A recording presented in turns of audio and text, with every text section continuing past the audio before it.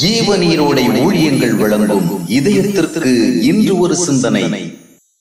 தேவ அன்பு பெரும்பாலும் ஆவிக்குரிய வாழ்க்கை சுவையற்று போவதற்கும் பின்னடைவு காண்பதற்கும் முக்கியமான காரணம் ஜெப குறைவோ, வேத வாசிப்பு குறைவோ, ஆராதனை குறைவோ அல்ல.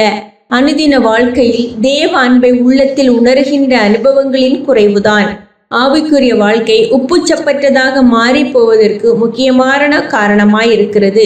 இன்னொருவர் நம்மிடம் அன்பாகவும் கரிசனையாகவும் வாஞ்சியாகவும் இருக்கிறார் என்பதை நமக்குள் உணர முடியாத நிலை ஏற்பட்டால் அவரோடு தொடர்ந்து நிலவரமான நெருங்கிய ஐக்கியத்தை வைத்துக் கொண்டிருப்பது கடினம். தேவன் அன்பானவர், கரிசனையானவர் என்பதெல்லாம் விசுவாசிப்பதற்குரியதாக மட்டுமிராமல் அவைகள் உள்ளத்தால் உணரக்கூடியதாகவும் உறுதிப்படுத்தப்பட்டதாகவும் இருக்க வேண்டும். ஆனால் நாம் அன்பு, கரிசனை, அக்கறை, தயவு என்பவைகளையெல்லாம் மற்றவர்கள் நமக்கு சாதகமாகவும் நம்முடைய மனம் விரும்பிய விதமாகவும் இருப்பதை வைத்தே கணக்கிட்டு பழகிவிட்டோம். இது நம்முடைய மனித இயற்கை. எனவே ஆவிக்குரிய விஷயங்களிலும் நம்முடைய சிந்தை நம்மை அறியாமலே இந்த விதமாக இருந்து விடுகிறது.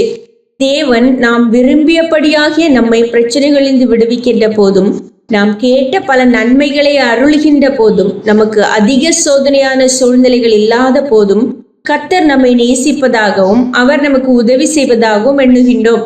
அந்த உணர்வுடன் கொஞ்ச நாட்கள் ஆவிக்குரிய வாழ்க்கையை உற்சாகமாக வாழ்கின்றோம். ஆனால் நாள் போக போக உணர்வு குன்றி போய் விடுகிறது. சில கஷ்டங்கள், பிரச்சனைகள் வரும்போது ஆவிக்குரிய செயல்பாடுகள் வேகமிழந்து விடுகிறது. ஆனால் தேவ அன்பை உணர்தல் என்பது இருதயத்தோடு சம்பந்தப்பட்டது. இருதயத்தில் தேவன் தம்மை நமக்கு வெளிப்படுத்தும் போது அங்கே நாம் தேவ அன்பையும் கரிசனையும் உணர்கின்றோம். தேவ பிரசன்னத்தையும் தேவ சமூகத்தையும் நமக்குள் காண நாம் காண்பிக்கும் ஆவிக்கேற்ற வாஞ்சை தான் அதனை தொடர் அனுபவமாக மாற்றுகிறது. இந்த தேவ அன்பை சில நன்மைகளின் வடிவத்திலும், சில உதவிகளின் வடிவத்திலும், நமக்கு அமைகின்ற ஆசீர்வாதங்களின் வடிவத்திலும் காண விரும்பும் போது அங்கே நமக்கு ஏமாற்றங்கள் வந்து விடுகிறது.